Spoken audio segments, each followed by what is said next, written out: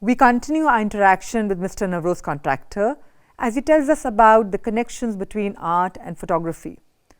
All along in this course, we've been talking about the importance of light in photography. Navroz is going to talk more about it. Let's go over to him. When we look at anything that we are studying, we look at it as one thing being separate from the other. Like science is here, language is here, maths is here, theater is there, performing arts is here, fine arts is here. But you're talking about when you were studying, you were doing principally art and painting and photography together. So, can you tell us a little bit more about what you see are the connections between art and photography, and how an education or looking at art can help us to be better photographers? Yes. See, I think that is very good question.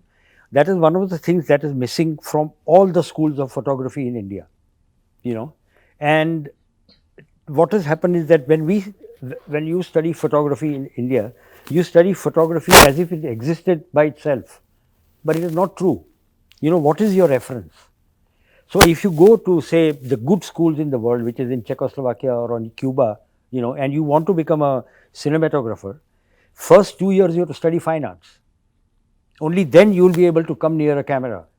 And that study has to be there with everybody. For example, if you are studying lighting, if you do not know and if you have not studied the paintings of Rembrandt, what is your reference?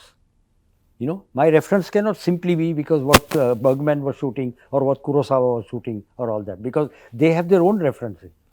So it is, and then the composition. What is composition? What is color? What is black and white? Because when you do black and white photography, for example, it is very essential to learn Japanese art, because Japanese people painted in black and white, and they would take a brush and they would draw, and the blue clouds had to look blue but in black and white, and the rose had to look red in black and white.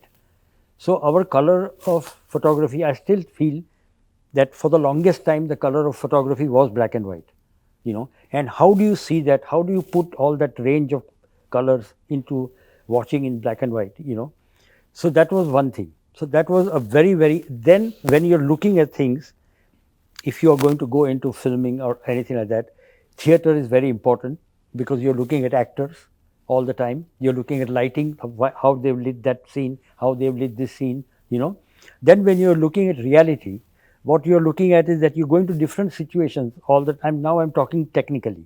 I'm not talking in the more conceptual thing that you have said, which I will come to, is that if you go into a kitchen, for example, what do you have to see first? How will you light up your subject?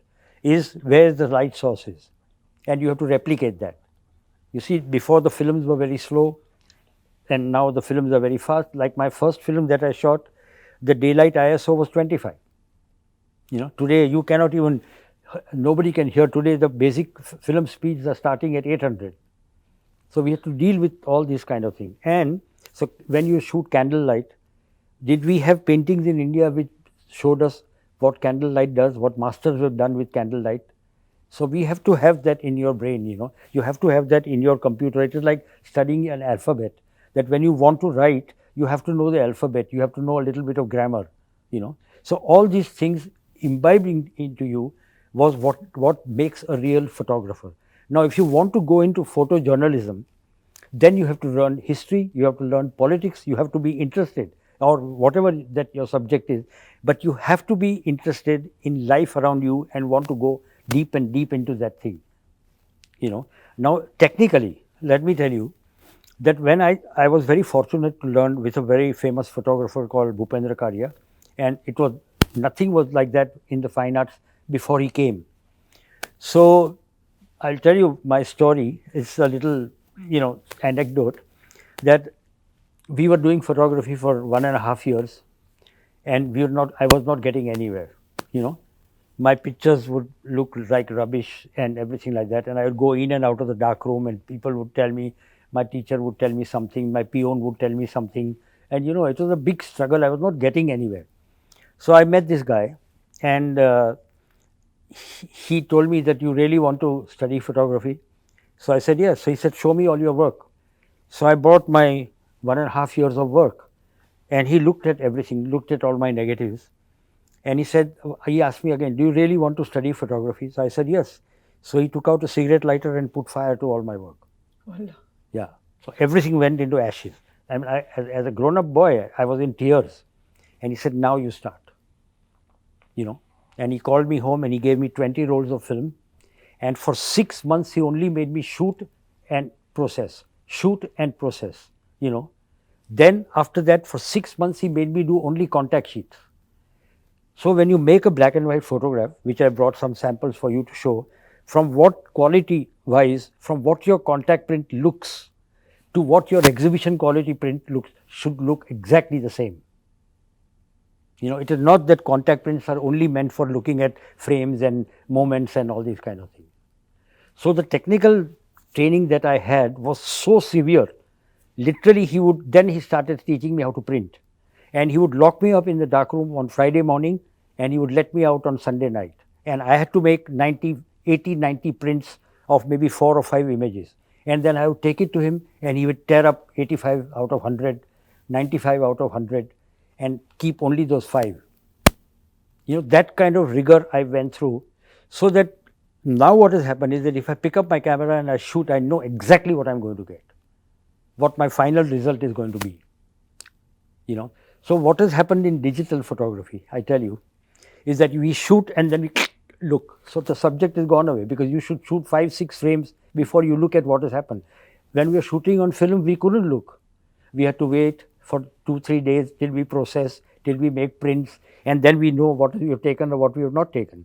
Now what has happened is that we have become slave to our equipment instead of the equipment becoming our slave. So you look at all the people who are shooting on digital. They shoot and the second thing is like this, because they are looking at whether it is right or wrong. In that thing, the moment is gone. So it's not even with having such great technology at your hand. Today it is fantastic. I'm shooting digital from 2005. I have not shot any film. On cinema I have shot, but not in this. And it offers you incredible amount of freedom and speed of work and everything like that. But the thing is, it has made you more unsure. We come back with 2,000 pictures, thinking that one will be all right. But that's not how it should be, Like Cartier-Bresson, the famous photographer, he said that if you put a frog on a typewriter, a frog, and all night long they're trying, he jumps, in the morning you might find a word. So you're only relying on fluke, When I teach photography now I teach a lot, is that every day's assignment, they should not bring back to me more than 20 pictures.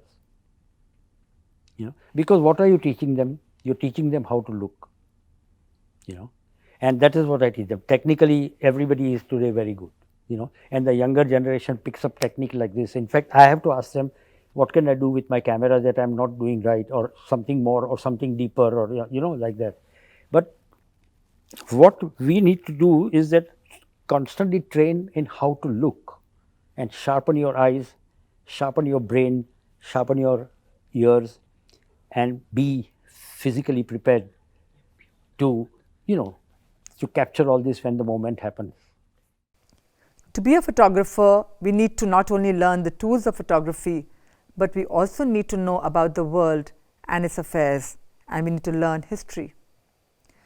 Mr. Navroz Contractor has reminded us of the need to sharpen our brains, our eyes and ears.